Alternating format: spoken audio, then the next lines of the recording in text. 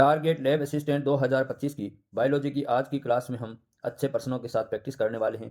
आप सभी भैया बहनों का हार्दिक स्वागत और अभिनंदन करता हूं। आज की क्लास का पहला प्रश्न है, किस में केवल एक लड़ीदार डीएनए होता है, यानी केवल सिंगल स्ट्रैंड डीएनए निम्न में से किस में पाया जाता है। इस प्रश्न का सही उत्तर क्या होगा? इस प्रश्न का सही उत्तर होगा ऑप्शन नंबर 3 सी।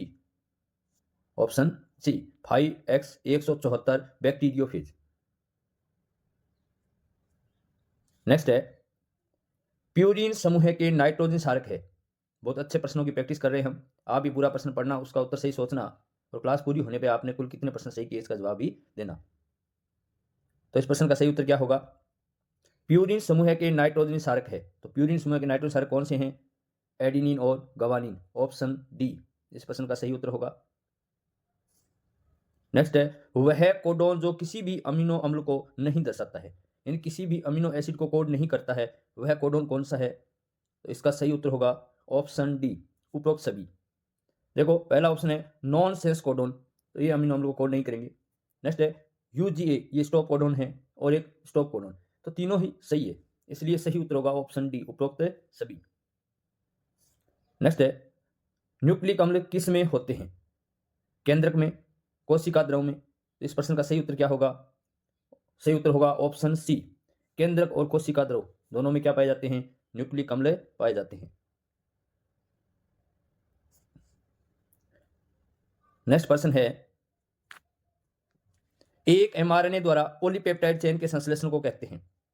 एक एमआरएनए यानी मैसेंजर आरएनए है, उसके द्वारा पॉलीपेप्टाइड चेन के संश्लेषण को क्या कहते हैं? तो इसका सही उत्तर क्या होगा? सही उत्तर होगा ऑप्शन 3 सी, ट्रांसलेशन, यानी एमआरएनए से प्रोटीन के संश्लेषण को ट्रांसलेशन कहते हैं। नेक्स्ट प्रश्न है, डीएनए के वे खंड जो अपना स्थान बदल सकते हैं कहलाते हैं। डीएनए के वे खंड जो अपना स्थान बदल सकते हैं कहलाते हैं। सही उत्तर क्या होगा? तो इसका सही उत्तर होगा ऑप्शन ए, ट्रांसपोजोनस। तो डीएनए के वे खंड जो अपना स्थान बदलते हैं वो क्या कहलाते हैं? ट्रांसपोजोनस। नेक्स्ट प्रश्न है, जीव के निर्माण के समय एक जीन को प्रेरित करने के लिए दूसरे जीन के उत्पाद की आवश्यकता होती है। इस जीन के उत्पाद को क्या कहेंगे? इस जीन के उत्पाद कहलाते हैं। सही उत्तर क्या होगा? तो इसका सही उत्तर होगा ऑप्शन सी, ट्रांसक्रिप्शन कारक। तो जीव के निर्माण के समय एक जीन को प्रेरित करने के लिए दूसरे जीन के उत्पाद की आवश्यकता होती है, तो वो उत्पाद क्या कहलाते हैं? ट्रांसक्रिप्शन कारक कहलाते हैं। कोडोन होता है। सही उत्तर क्या होगा? भी कोडोन क्या होता है? तो इसका सही उत्तर होगा ऑप्शन सी, न्यूक्लियोटाइड की श्रृंखला जो एक विशिष्ट अमीनो अम्ल बनाती है। न्यूक्लियोटाइड की श्रृंखला जो त्रिक से बनी होती है, 3 न्यूक्लियोटाइड का अनुक्रम होता है और वो एक विशिष्ट अमीनो अम्ल को बनाती है, उसे हम क्या कहते हैं? कोडोन कहते हैं।